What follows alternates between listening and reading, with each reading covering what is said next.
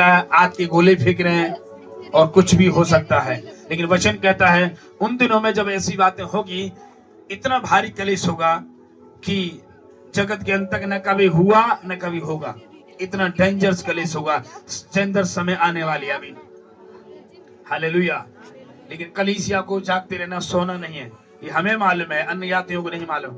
वो तो कह रहे हैं दुनिया है चलेगी, वो तो कह रहे हैं स्वर्ग नरक सब यहीं पर है, वो तो कह रहे हैं एक ही प्रभु है, वो तो कह रहे हैं नदी एक घाट बहुत तेज है। वो कुछ भी बोल सकते हैं, नो मैटर, उनका मैटर है, आमीन। लेकिन हमारा मैटर यीशु ही प्रभु है, मुक्ति दाता है, उद्धार करता है। और दूसरा, वो इस दुनिया में आने वाला है न्याय करने के लिए। और उससे पहले जगह जगह भूकंप होगी, अकाल पड़ेंगे, युद्ध चलेंगे। और वचन यहाँ तक गर्भवती, उस समय जाकर कोई गर्भवती होगी उन दिनों में, उसकी लाइफ में हाय हाय होगा, दूध पिलाते हुए हाय हाय होगा। क्योंकि ऐसा कलेश में आएंगे लोग जो कभी नहीं देखा। आमीन। परमेश्वर तो किसी को नष्ट नहीं करना चाहता, लेकिन खुद इंसान पापों में खिंचकर जाकर परमेश्वर के वचन को इग्नोर कर परमेश्वर के वचन को इग्नोर कर सुसमाचार को नकार कर अपनी इच्छा में चल रहा है, तो उनको ये फेस करना पड़ेगा, इन महामारियों का सामना करना पड़ेगा अभी। क्योंकि परमेश्वर नहीं चाहता कोई नाश हो, वो चाहता है बचा लिए जाए, छुड़ा लिए जाए, और सबको बचाना चाहता हो। इसलिए वचन कहता है तुम तैयार रहो, प्रार्थना में लगे रहो, ताकि तुम परीक्षा में न पड़ो। ये विश्वासी से बोल रहा है। और विश्वासी अगर सो रहा है, गैर विश्वासी की तरह खा रहा है, सो रहा है, जानवर की तरह सो जा रहा है, कोई मीटर नहीं। जानवर जैसे प्रार्थना नहीं कर रहा, तो ऐसे ही कोई लापरवाही विश्वासी प्रार्थना नहीं कर रहा। जानवर उपवास नहीं रख रहा, वो भी उपवास नहीं रख रहा। जानवर की कोई तैयारी नहीं है स्वर्ग नगर जाने की, ऐसे ही गैर विश्वासी या लापरवाही विश्वासी की वही तैयारी है। आमीन। आप, परमेश्वर ने आपको चुना है, आपको निकाला, और आप परमेश्वर के चुने हुए प्रजा हो, राजपदधारी हो, याजकों की समाज हो, तो आपको परमेश्वर के वचन के अनुसार डेली संवरना और सजना चाहिए। आमीन।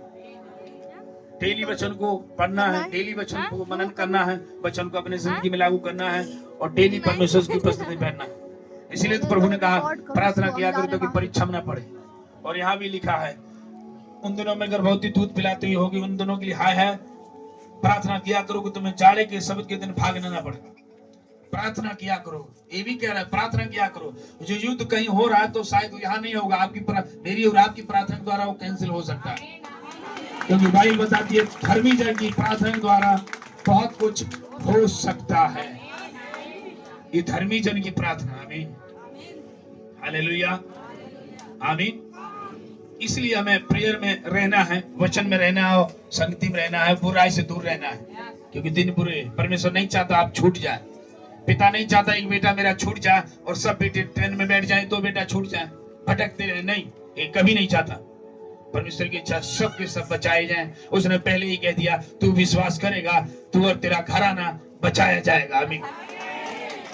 यानी आपका एक एक बच्चा, नाती पोते भी बचाए जाएंगे, वो बचाना चाहता है। आपको मालूम है नूह को जब परमेश्वर ने बचाया, केवल नूह को नहीं बचाया, नूह के साथ 8 प्राणियों को बचाया, जो उसकी बहुएं थी, बेटे थे, नाती पोते थे, सब मिलाकर 8 थे, सबको बचा लिया। और यही परमेश्वर आखिरी दिनों में भी बताना चाहता है आपको भी, मुझे और आपको, कि हम उस कलेश से दूर रहें, उस कलेश से जो है कलेश में न पड़े, बल्कि हम प्रभु के साथ रहेंगे तो परीक्षा में नहीं पड़ेंगे, प्रार्थना में रहेंगे तो परीक्षा में नहीं पड़ेंगे, उपवास में रहेंगे तो परीक्षा में नहीं पड़ेंगे। क्योंकि आपका नेटवर्क सीधे परमेश्वर से कनेक्ट में है। आमीन। आपका नेटवर्क छूटा नहीं है, उससे कनेक्ट हो। आप हर समय परमेश्वर की आराधना कर सकते हो, गुनगुनाते हुए, झाड़ू लगाते हुए, मरचा पीसते हुए, आलू कोड़ते हुए, प्याज बोते हुए, एनी टाइम आप परमेश्वर की टाक कर सकते हो, परमेश्वर से बात करते हो। आमीन। आप खुल के नहीं कर रहे हो, लेकिन आत्मा में अंदर से जुड़े हो। आप आलू बो रहे हो, बैठौनी कर रहे हो, आप अंदर आत्मा से जुड़े हो, लेकिन काम भी कर रहे हो और खुदा के साथ भी जुड़े हो नेटवर्क में। आमीन। बोलिए आमीन। हालेलुया। प्रार्थना किया करो कि जाड़े के दिन आना ना पड़े, जाड़ा ठंडी के समय ऐसे दिन में प्रभु की शायद ना आए। हाय है जिंदगी में होगी जो गर्भवती है, हाय है बच्चे वालों की, दूध पिलाते वालों की, हाय है उन लोगों का जो परमेश्वर से दूर है। लेकिन जो परमेश्वर के लोग हैं उनको प्रभु वचन कहता है इस संकट में पड़ने नहीं देगा, सीधे उठा लेगा, उसका रैप्चर हो जाएगा। आमीन। आमीन। ओके। और यहाँ तक कह रहा है ऐसा जगत के आरंभ से न अब तक हुआ और न कभी होगा, ऐसी संकट न कभी हुआ न कभी होगा आगमन। आमीन। आगमन की तैयारी आपको वचन, प्रार्थना और पवित्रता से करनी है। आमीन। और आगमन जब यीशु मसीह आएगा तो 3 प्रकार के लोग छूटेंगे। आमीन। और 1 प्रकार के लोग जाएंगे। आमीन। पहला 1, एक वो लोग जो नामधारी हैं, हाँ प्रभु पर विश्वास करते हैं, विश्वासी हैं, ठीक है, सब कुछ करते हैं, लेकिन उनकी जिंदगी अभी पाप में है, बुराई में है, तो वो छूट जाएंगे। नंबर 2, अन्य जाति लोग छूट जाएंगे जो प्रभु को विश्वास नहीं करते हैं, परमेश्वर विश्वास नहीं करते, वो छूट जाएंगे। नंबर 3, ऐसे लोग जो परमेश्वर पर विश्वास ही नहीं करते, वो नास्तिक लोग जो कहते हैं नहीं, देयर इज नो गॉड, परमेश्वर है ही नहीं, वो लोग कहते हैं, नास्तिक लोग, ऐसे लोग छूट जाएंगे, स्वर्ग नहीं जाएंगे। और एक वो लोग हैं जो परमेश्वर के चुने हुए, परमेश्वर के वचन पर